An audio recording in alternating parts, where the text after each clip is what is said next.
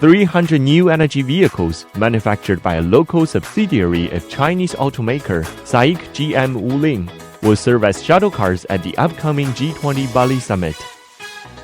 The Wooling Air EV model rolled off production line in Bekasi, Indonesia this August. The mini NEVs are able to go up to 300 kilometers on one charge, which can cover the delegation's daily needs. The vehicles are maintained on a daily basis. They are recharged, cleaned, and checked for functionality regularly. 我们提供的300辆这个官方用车，这个 AEV 是完全在印尼的本地生产的，这就代表着我们中国制造，包括我们中国的新能源汽车，其实是能登上国际的舞台的。在全球的这个新能源汽车竞争格局当中啊，我相信我们的中国新能源汽车也一定能取得优异的成绩。